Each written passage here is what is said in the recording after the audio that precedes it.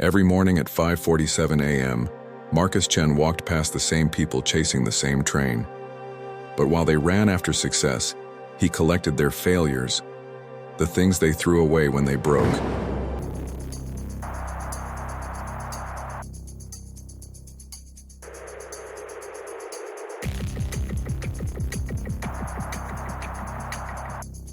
Marcus lived above an old watch repair shop in a part of the city people forgot. His apartment wasn't a home. It was a museum of fractures. A violin with no strings. A camera that captured nothing. A chessboard missing its king. After long shifts at the warehouse, he'd wander alleys and garage sales, collecting what others abandoned. He had rules: only take what's truly broken, never fix anything, and never explain why. His co-workers called him strange. His sister stopped visiting the day she found 17 broken clocks in his bathroom, all frozen at different hours.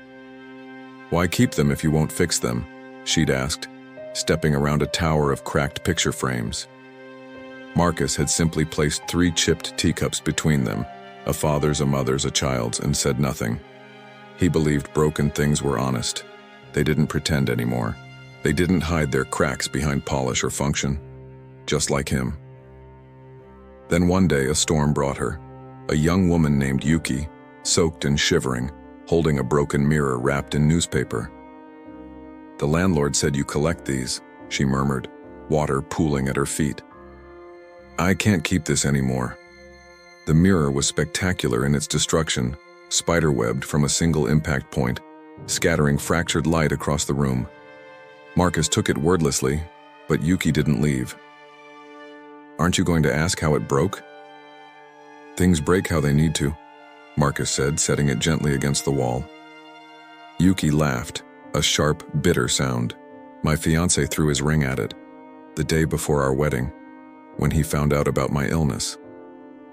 A heavy silence filled the room, punctuated only by the rain. She wandered through his collection, her fingertips brushing each relic. At the violin, she paused.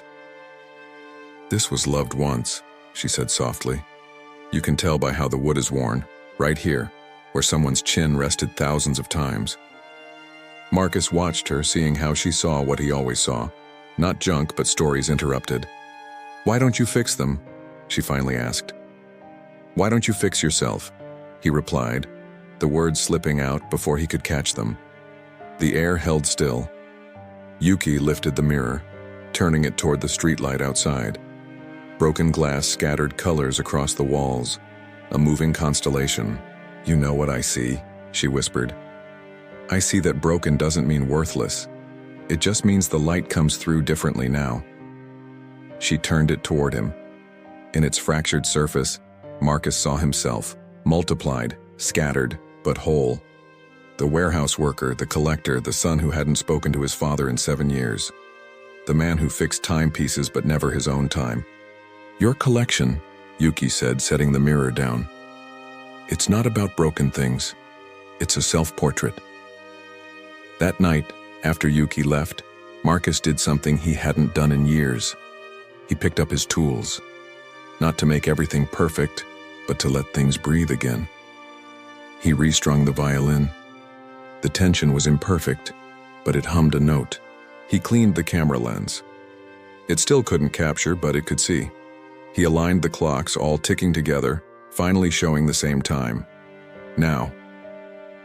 He replaced the missing king in the chess set with a piece of sea glass, translucent, uneven, but standing tall. 3 months later, Yuki returned. Her hair was gone, but her eyes still carried the storm and the calm that followed. She stepped into a transformed space. It was still filled with broken things, but now they were alive. Cracked bowls held green shoots. The stringless violin had become a shelf for music books. The mirror hung proudly in the center, scattering sunlight across every corner. "You fixed them," she said, her voice trembling. "No." Marcus smiled, handing her a mug of tea, ceramic, its cracks filled with gold. "I just stopped pretending they needed to be perfect to be useful." Sometimes we collect broken things because we recognize ourselves in them. We catalog our cracks. We build museums for our pain. But Marcus learned something simpler and harder. That being broken isn't the end of the story. It's the beginning of a new one. Because the crack is where the light enters. The break is where the story changes. And sometimes the most beautiful thing you can do with your broken pieces is let them catch the sun and scatter rainbows on the walls. We don't need to be whole to be complete. We just need to let the light through. Thanks for watching. If this story resonated with you, please consider liking and subscribing for more content that explores the beauty in our imperfections. We'll see you in the next one.